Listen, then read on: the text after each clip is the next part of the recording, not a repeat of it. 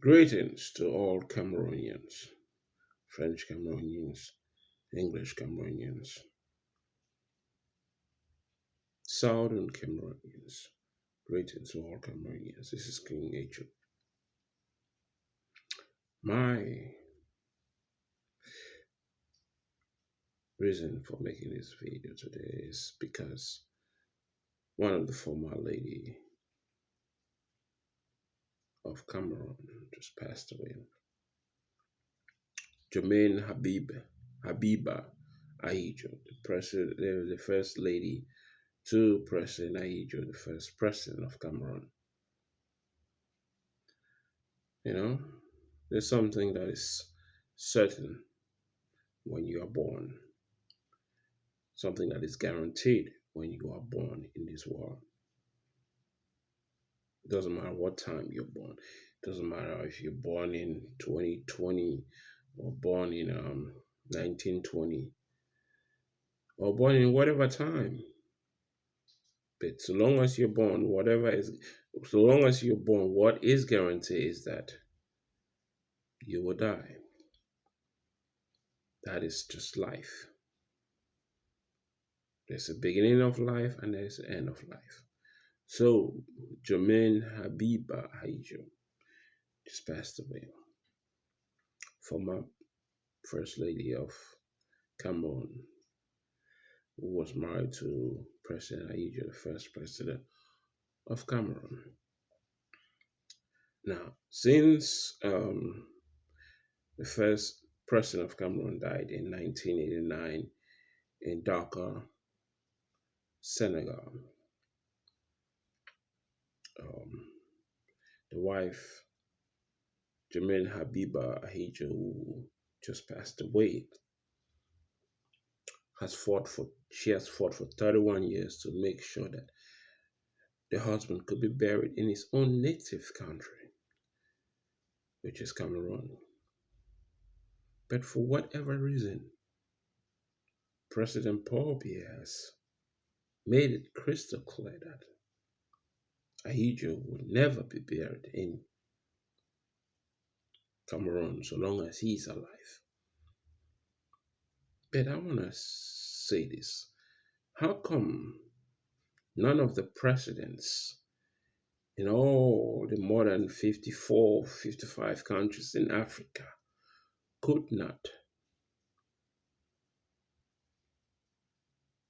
make President Paul Biya to understand that it is vital for him to allow, the body of the former president of Cameroon, President Ahidjo, to be buried in Cameroon. 31 years, the wife of Ahidjo tried her best to make sure that the husband could be buried in Cameroon, and she now is of late dying, knowing that the husband is still buried out of his own native land. You see, I want English Cameroonians, with what is going on in Cameroon, to understand the mindset of President Paul Biya. President Paul Biya stood firm that Ahidjo, so long as he is president, that Ahidjo will never be buried in Cameroon. Now, Ahidjo is from, I think, far north or north. He's Muslim of Cameroon. So isn't that disgraceful to those people in the far north of Cameroon or in the north of Cameroon, that their own brother who used to rule a nation as Cameroon cannot be buried in his own native land? See, I want um, people of Mara and Garwa to understand the mindset of President Paul Biya. If the first president of Cameroon cannot be buried in Cameroon, his own native land, does that mean that the people of far north and north are part of Cameroon? Are they really part of Cameroon if their own brother cannot be buried in his own native land? And I also want to make something, I want to say this to English Cameroonians because I want them to understand the mindset of President Paul Biya. Somebody who has ruthlessly refused to allow a former head of state of a country like Cameroon not to be buried in Cameroon and has stubbornly, ruthlessly made sure that the war in southwest and northwest, in southern Cameroon, in Ambazonia, continues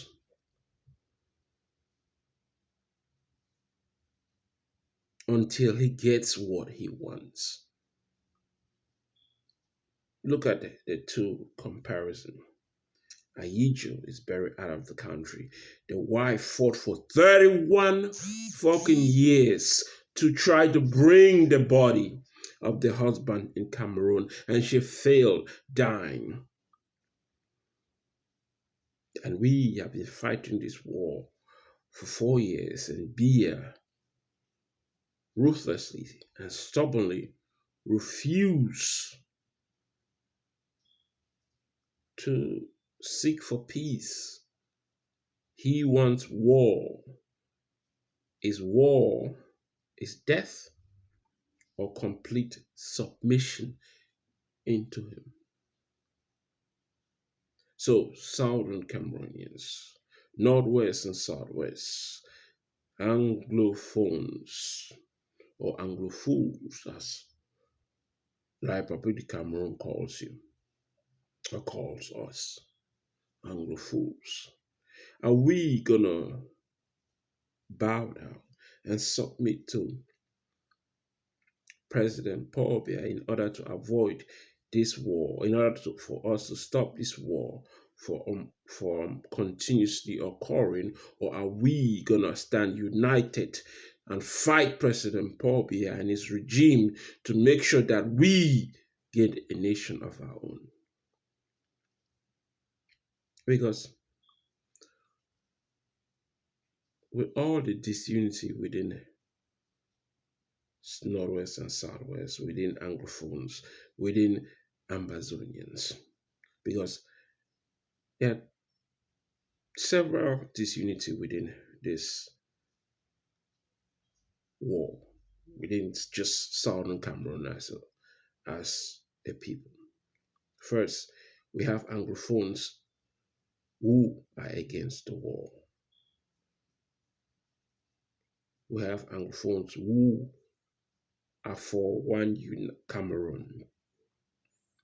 And then within the Ambazonians who are fighting to liberate Southern Cameroon, we also have disunity among those groups. Disunity, which is only causing bad havoc, chaos, death. More Southern Cameroonians have been killed because we are not united. But President Paul Biya has one purpose. Just like he has one purpose when it comes to Ahidjo, making sure that the former head of state, President Amadou Ahidjo, will never be buried inside Cameroon so long as President Paul Biya is president and the wife passed away without accomplishing what she dared to accomplish, or she found dear to accomplish. She couldn't accomplish it. The husband is still buried in Senegal.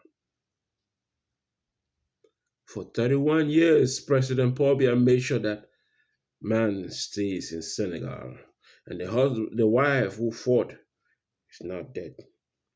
And I'm quite sure the people of Ahidjo are not fighting for Ahidjo to bring the body of Ahidjo, because if they were, then I guess they'll probably continue. But I don't think they will. I don't think they have the courage.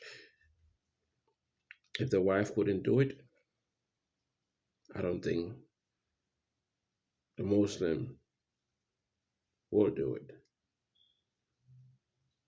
So, in other words, we are facing a war with a man that has made sure that the former head of state is not buried inside Cameroon. President Paul Biya is the kind of person that gets what he wants at any means possible. He wants to subdue and control southern Cameroon. He wants to subdue and control northwest and southwest. He wants everybody inside northwest and southwest to be completely submissive to the Republic of Cameroon and to Biya. And you know what that means? Slavery. And there are certain people who are making sure that happens because they're supporting President Paul Biya within southern Cameroon. Those Anglophones who speak so passionately about being Cameroon, meanwhile, Cameroon treats you not even up to a second class citizen. They treat you as slaves in your own motherland, in your own fatherland. They treat you as slaves. They treat us as slaves in our own motherland, in our own fatherland. Biya continues to kill. There's only death in southern Cameroon. But so long as the people of southern Cameroon find a means to stay united for the cause of southern Cameroon, to fight against President Paul Biya by any means necessary, the possibility for us defeating the Republic of Cameroon and defeating President Paul Biya is possible. But the problem is, are we gonna work as a team, or are we gonna fight and continue to fight among ourselves in the process, gaining nothing? Southern Cameroon can be a great country for all Southern Cameroonians. It's a potential. There is a potential in Southern Cameroon,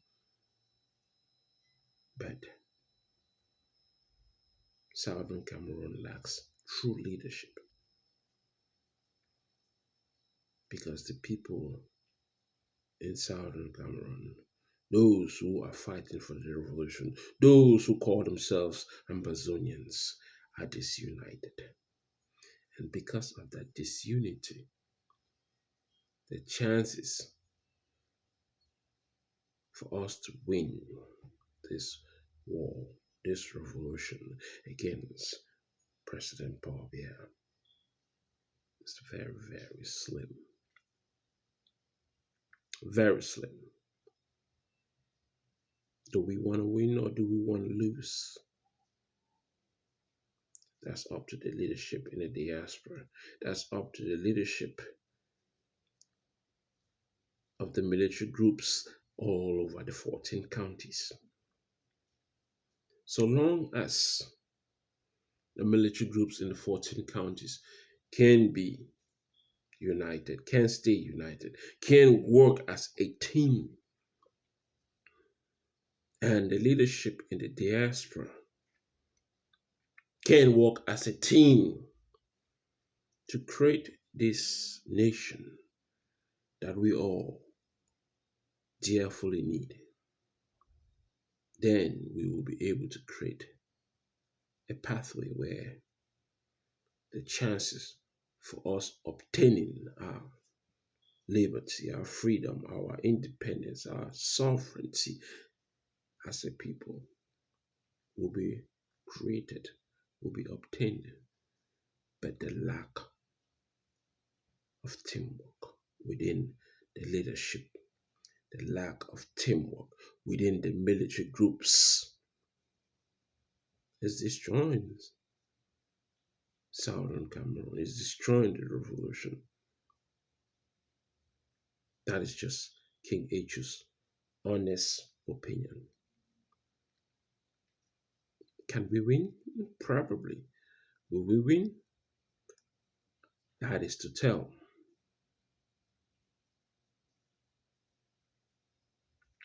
But it is up to us, Southern Cameroonians, to have a clear goal with a united pathway. It's all or nothing. But Biya, President Paul Biya, is determined to win this war and will do anything possible to make it happen. And when that happens, many Southern Cameroonians, being Anglophones, Cameroonians, or being whatever, will not have the opportunity to really taste freedom in the hands of President Bobia.